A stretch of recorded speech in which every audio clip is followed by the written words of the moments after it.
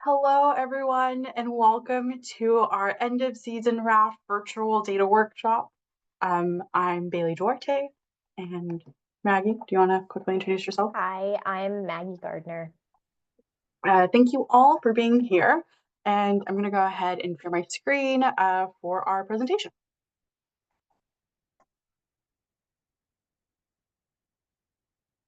Alrighty, and you should be able all to see my screen okay. Great. Alrighty, a quick rundown for today's presentation workshop. Maggie and I will go over a quick bio of ourselves. We'll review the past 2024 RAFT season. We'll also talk about the specific methods and field tests that we've conducted this field season, as well as the biases and the ways that those tests may not be totally perfect.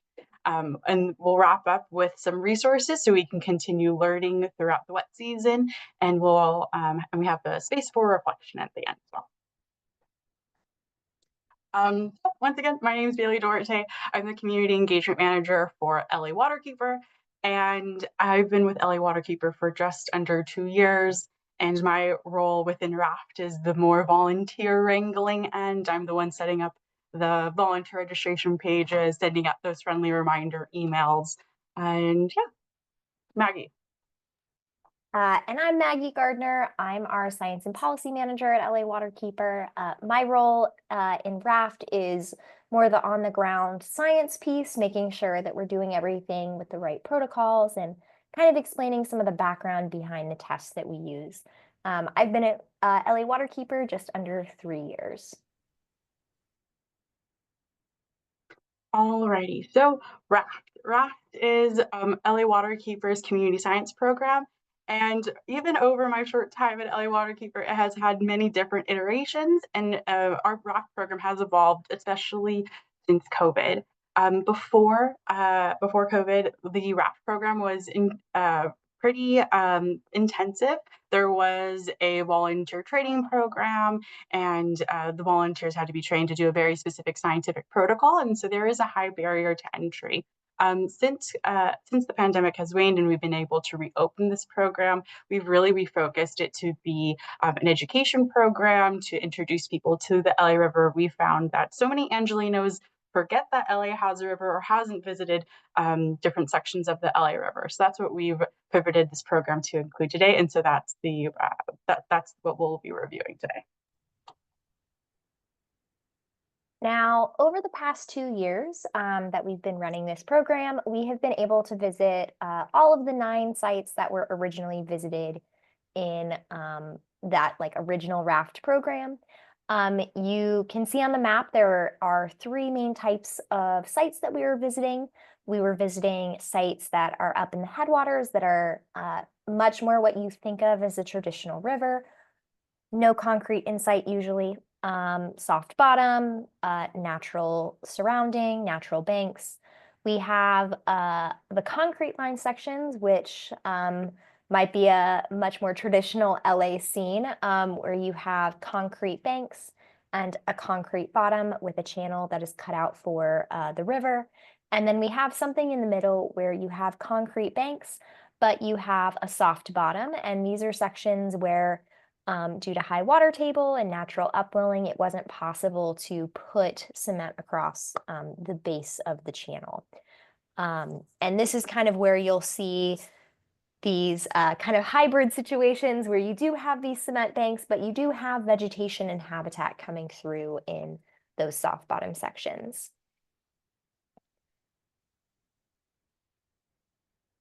So, like we mentioned, 2024 was a special RAFT season. This year was actually the first time that we were able to bring back the general public volunteers to the LA River. The past couple of years, we've had different types of partnerships with RAFT, so we're really happy this year to bring people back to the LA River. We started off the RAFT season partnering with Occidental College and their ecology department to take them to 2 different sites, Rio Hondo and the Aurora Seco upstream. And we also went to Compton Creek with our general volunteers, Willow Street and Maywood, and Pictahunka Creek as well. And question for you, Maggie, which was your favorite site to visit this year?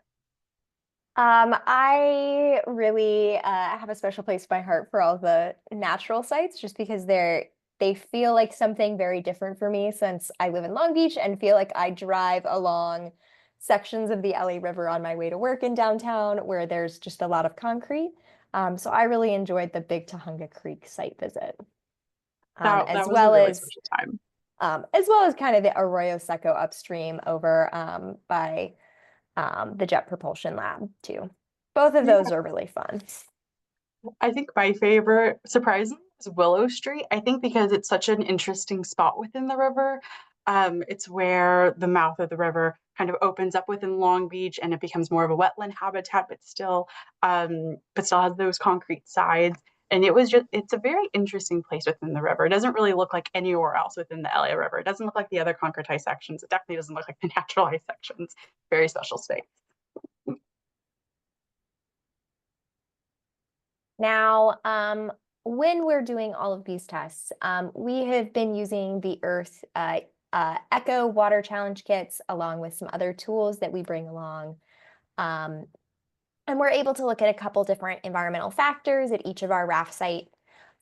Those are temperature, pH, dissolved oxygen, turbidity, coliform bacteria, and then we also do some PFAS tests as well.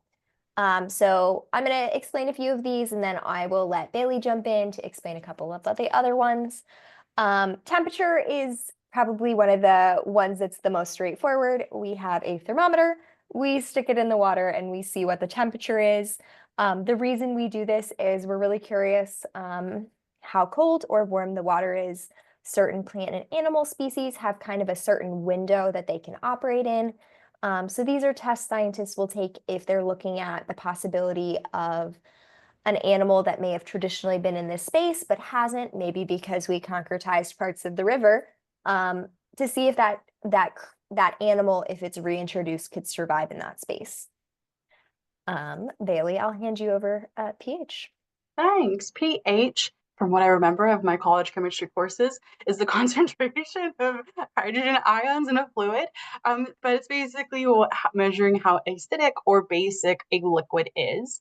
And we measure pH because the plant and animal life specifically have a very narrow window of pH that they're able to survive in. We're especially thinking about animals like arthropods and mollusks that have calcium carbonate shells or exoskeletons. And if the water is too acidic, they could dissolve, which is very bad for them.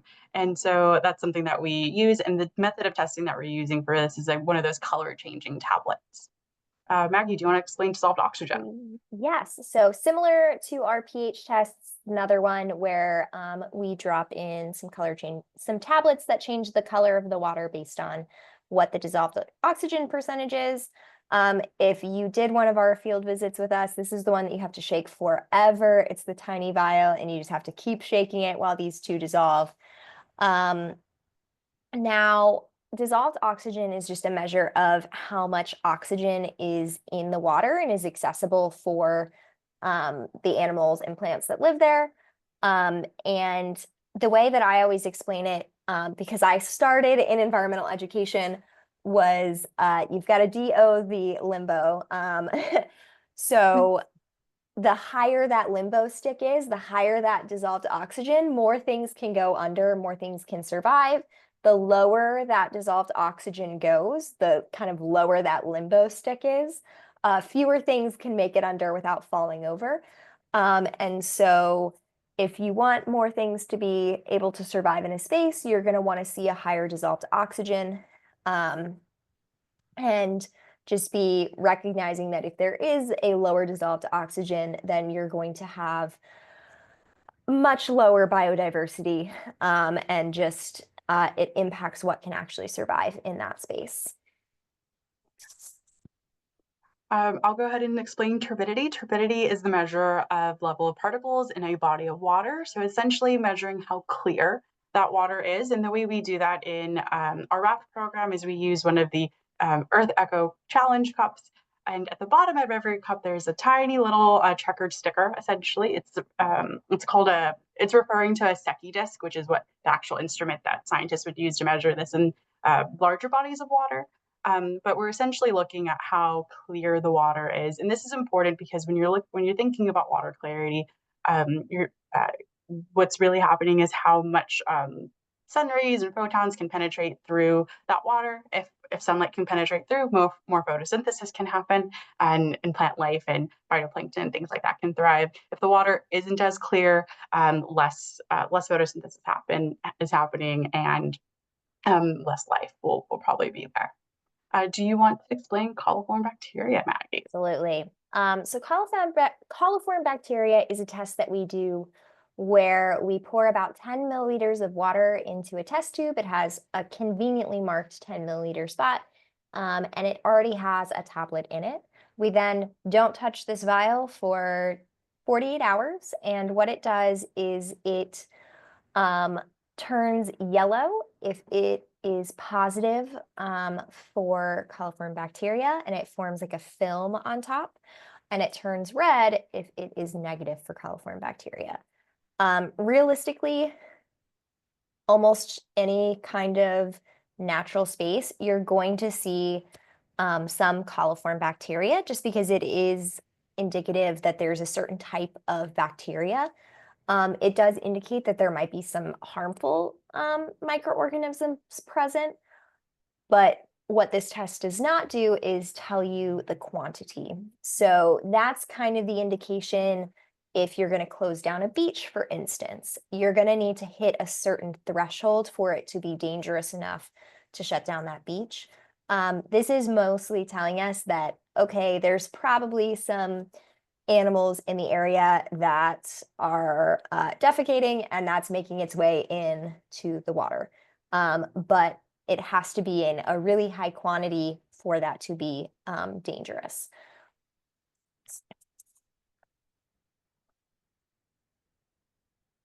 Now, our final test is not part of the Earth Echo tests. We do one that we've added kind of to our RAFT program for PFAS. It's quite the mouthful: per and polyfluoroalkyl substances. It's a lot easier to call them PFAS or PFAS, depending on how you want to say it. We also commonly nickname these forever chemicals. And essentially, they're chemicals that were man-made. We didn't really think about what the long-term consequences were of these when we created them. You've probably seen them in your everyday life. Things from what makes nonstick pans nonstick, makes your raincoats waterproof. These kinds of chemicals we found don't break down well in the environment. They just stick around, hence forever chemicals. And they can really easily build up in the environment and up the food chain. The test that we do is it is a cup with a filter at the bottom, and we fill the cup up to the top and the water filters through. We then send the cup, no water left in it, to a lab, and they analyze that filter. When we do this, essentially the lab's looking at about 40 different types of PFAS, and they'll tell us which ones are showing up on their test and at what quantity. For the sites that we did, we had about 70% of them tested positive for PFAS and 30% of them tested negative. Now, I think we have another slide where we can actually show where those are. And you'll notice that the sites that were showing up as negative are Big Tahunga Creek and Arroyo Seco upstream. If you look at where they're located, they're up in the headwaters. They tend to be more naturalized sites. There isn't much more upstream of them. The sites that are testing positive for PFAS are much further downstream. Now, one of the things I'll show you later, some of the resources you can look at if you're interested in some of the watershed science. The amount of water that is going through Big Tahunga Creek is much less water than what's going through Long Beach. Essentially, the way a watershed works is if you pick a point, every drop of water that runs to that point is a watershed. And because Big Tahunga Creek is upstream, everything that's going to Big Tahunga Creek is also going to Glendale Narrows and Arroyo Seco, etc. But everything that's going to Glendale Narrows is not also going to Big Tahunga Creek. So as you go down that, as you go down the Ellie River and its tributaries, the closest point to the Pacific Ocean, that Long Beach site, is going to have more water running through that site than anywhere else. That means that anyone who's discharging anything like PFAS, whether that's coming from water reclamation plants, since those locations are concentrating a lot of human waste, and as PFAS are kind of everywhere in our environment, that's concentrating all of that as well. And then discharging cleaned water from those into the LA River. That can be a point where they're coming in. You might also have dischargers who have permits that are discharging water that might also have some PFAS in it along the river. Those points are going to add up as you go down the LA River. Thank you, Maggie. So here's just kind of a summary of some of the things we saw. You can kind of see the different types here in the first column of PFAS that were showing up.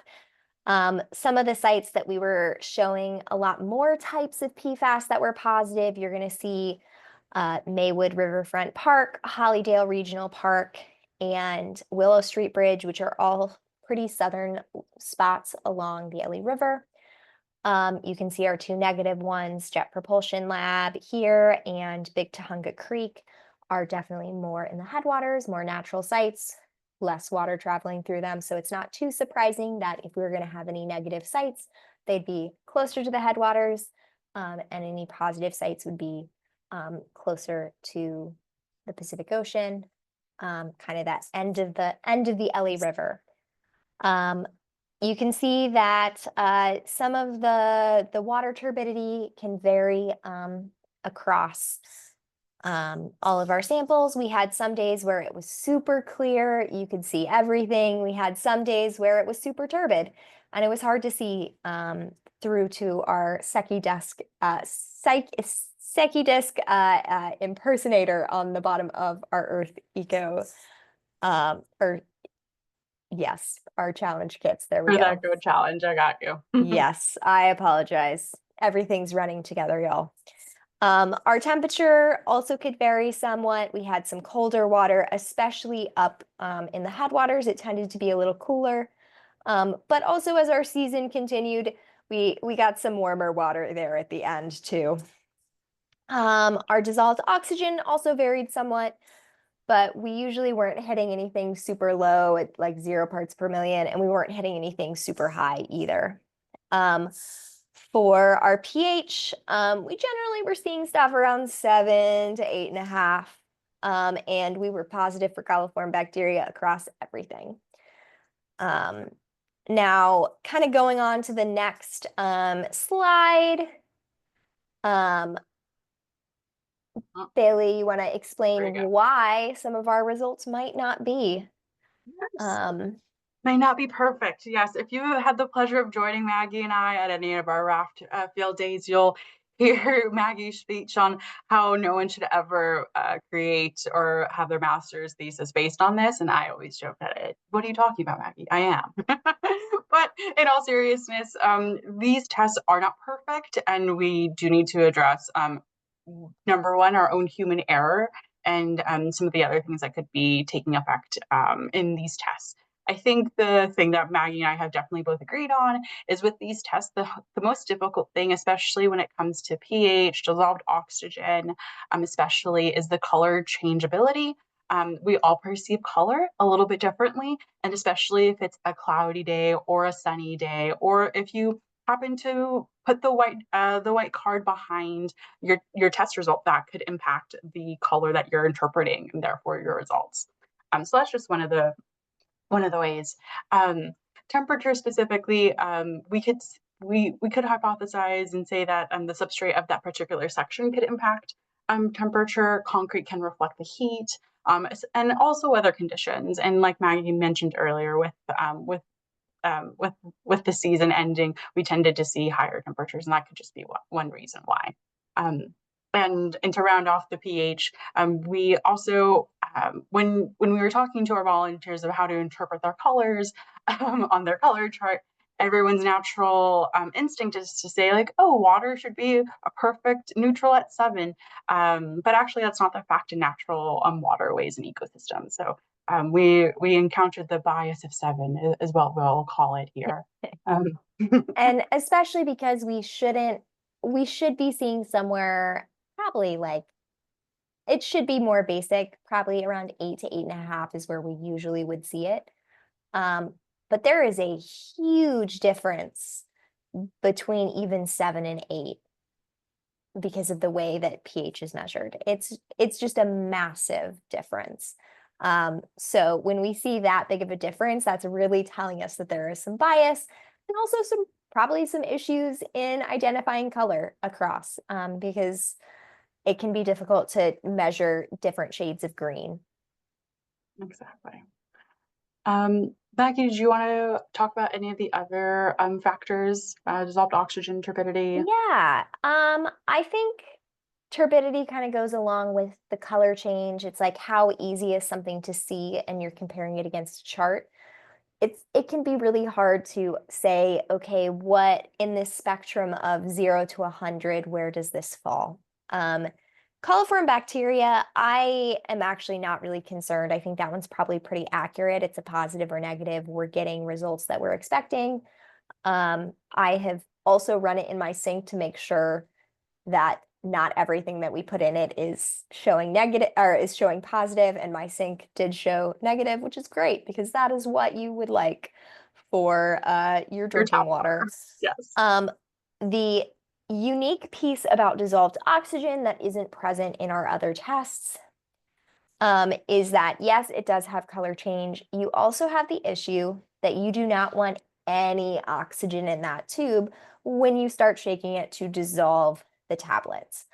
So we always tell folks to pour to the top, make sure some water comes out as you're twisting on the cap, but it's possible that there's some air bubbles in there. And so you might have a slightly higher part per million than you would have if you didn't have any oxygen from the air kind of sneaking in that test.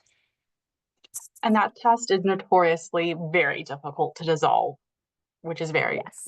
a little cumbersome as well for our volunteers. Correct. Now I'm going to go ahead and share my screen so that folks can see some of our other resources. So what I'm going to start with is we have one moment. I'm attempting to share. There we go. One of the resources that we're going to show, and Bailey just confirming you can see Waters GeoViewer. Yes, perfect. all clear. Thank you. So one of the tools we're going to show you is Waters GeoViewer. This is a tool put out by the EPA. It is really fun to look at if you want to see watersheds. So because this potentially would crash my computer if I tried to run it while also running Zoom, I'm just going to show you how you would do some of these things. But I'm going to show you the results without actually pressing run. So when you use Waters GeoViewer, it pops up and it immediately pops up in Arlington, Virginia, no matter where you are when you use it.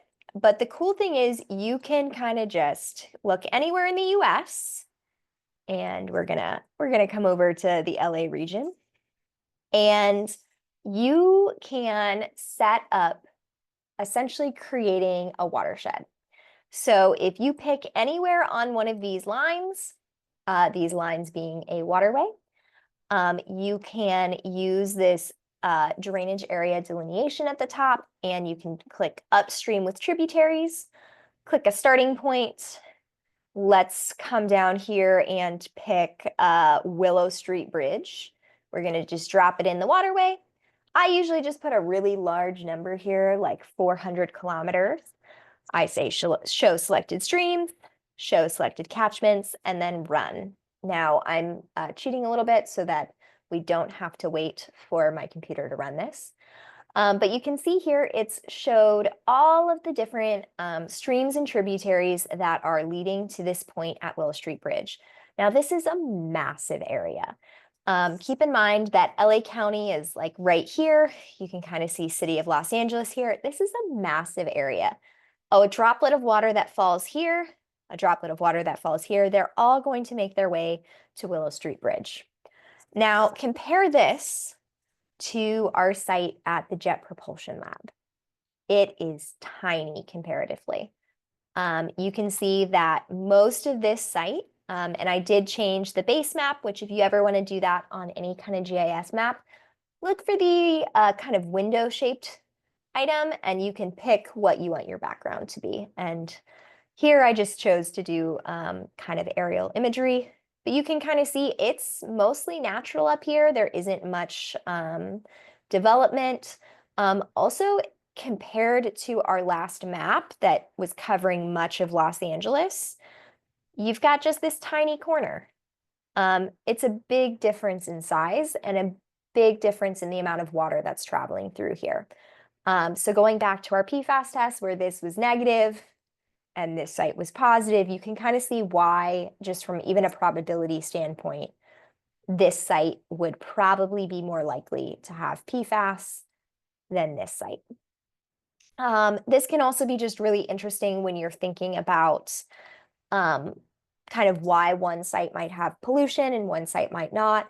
And you can also do it kind of looking at some other things of, okay, if I'm looking downstream, if I put something in the stream here, where is that going to affect downstream? You can kind of get an idea of that too. Now, on our topic of some kind of pollution, another great resource also put out by the EPA is How's My Waterway. How's My Waterway is a really great interactive tool so you can look at certain watersheds and see kind of everything from where dischargers are located, what the quality of the water is. The key is you start by putting in an address. Now, as I've mentioned, I've kind of cheated this process a little and chosen some of our sites to show you.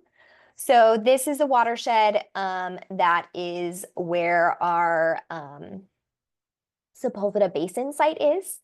Now, red, unfortunately, means that the waterway is impaired.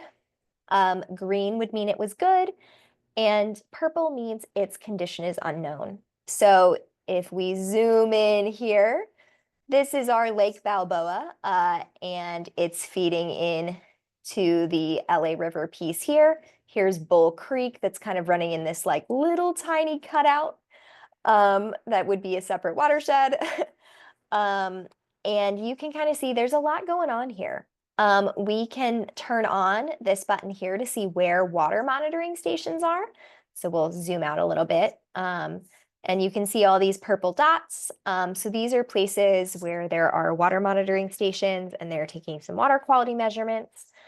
Now, this number is massive, but in this watershed, there are 265 sites that are permitted to discharge water. So because they are permitted, they are regulated. So theoretically, we know what the maximum discharges are. A little bit of a comment just on LA Waterkeeper's other work. We do a lot of work around stormwater runoff and suing folks that are exceeding their permit allowances. So we do keep an eye on the kind of water quality results that are being reported by people who have permits. And if you are consistently and excessively exceeding your permit, this is something that we might sue you over to force you through the Clean Water Act to implement better management practices to prevent that pollution from making its way into the waterways. But you can see here, this watershed has a ton of permitted dischargers. And you can see that they're all kind of in clumps and that it might easily make its way into these waterways. Showing another watershed, one moment. Here is our JPL site. Now here we have a little bit of a interesting piece where we have purple, so the condition is unknown. meaning that they're not really paying attention here on what the water quality is. They may not have enough measurements. It does look like they have water monitoring sites. They just may not have enough good data to tell if there are any concerns with pollutants here. Green means it's good, which is great. We love to see it. It is among the minority of sites in LA. And then pretty soon after that Jet Propulsion Lab site, Devil's Gate Dam, you are starting to see more of that red that is throughout the region. You can kind of see here, there's lots of red everywhere. Here, there aren't as many permitted dischargers. There are only 8. But here, what's kind of fun is you can click on a specific reach and you can go view the water body report, and it'll tell you where, what pollutants are there, what some of the concerns are, and if there are any plans in place like TMDLs to actually address those issues. So here you can see there are TMDLs in place here. Pathogens are one of the big concerns in this section. And let's see if we have, we'll do a different one from Sepulveda and see what goodies we have here. This is impaired for aquatic life and swimming and boating, so ideally don't go swimming in this water. And I believe it was noting bacteria is one of their main concerns in this location as well. Yeah, some more pathogens here. There are a lot of other things you can do here. This is just kind of showing you a bit of a snapshot of what Water's GeoViewer and how my waterway is. And you can definitely play around and see things that are more at the state and federal level. You can see different watersheds across the country.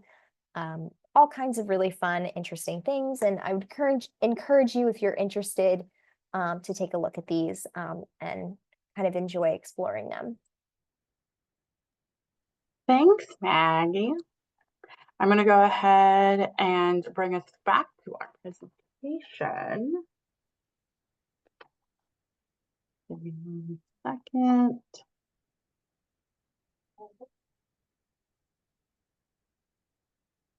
All righty. Confirming you can see it all. Okay.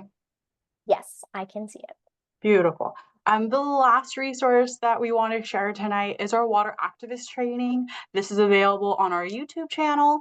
It's from our COVID times, but it's still a really great resource, and it's a 4-part series on how you can be a clean water activist here in Los Angeles. And to round out tonight, we will be sending out a feedback survey to all participating RAFT volunteers. That means anyone who's participated in a RAFT will be receiving the survey, and the survey includes questions on how satisfied you were with your experience, what things you would like to see added to RAFT, and what kind of skills or things like that you're looking to learn and be included in RAFT. And we're really looking forward to seeing the results of this survey so we have a better idea of how we can continue to grow our RAFT program next year and the years following. And with that, I want to thank Maggie for co-hosting this workshop with me, to all of our RAFT volunteers out there, and we're really excited to plan for the next RAFT season. Yeah. Anything you want to add, Maggie? No, it was great. Great having volunteers out and kind of hearing their questions and learning about their experience around the LA River and its tributaries. And we'd welcome you back. Thank you all and have a good night.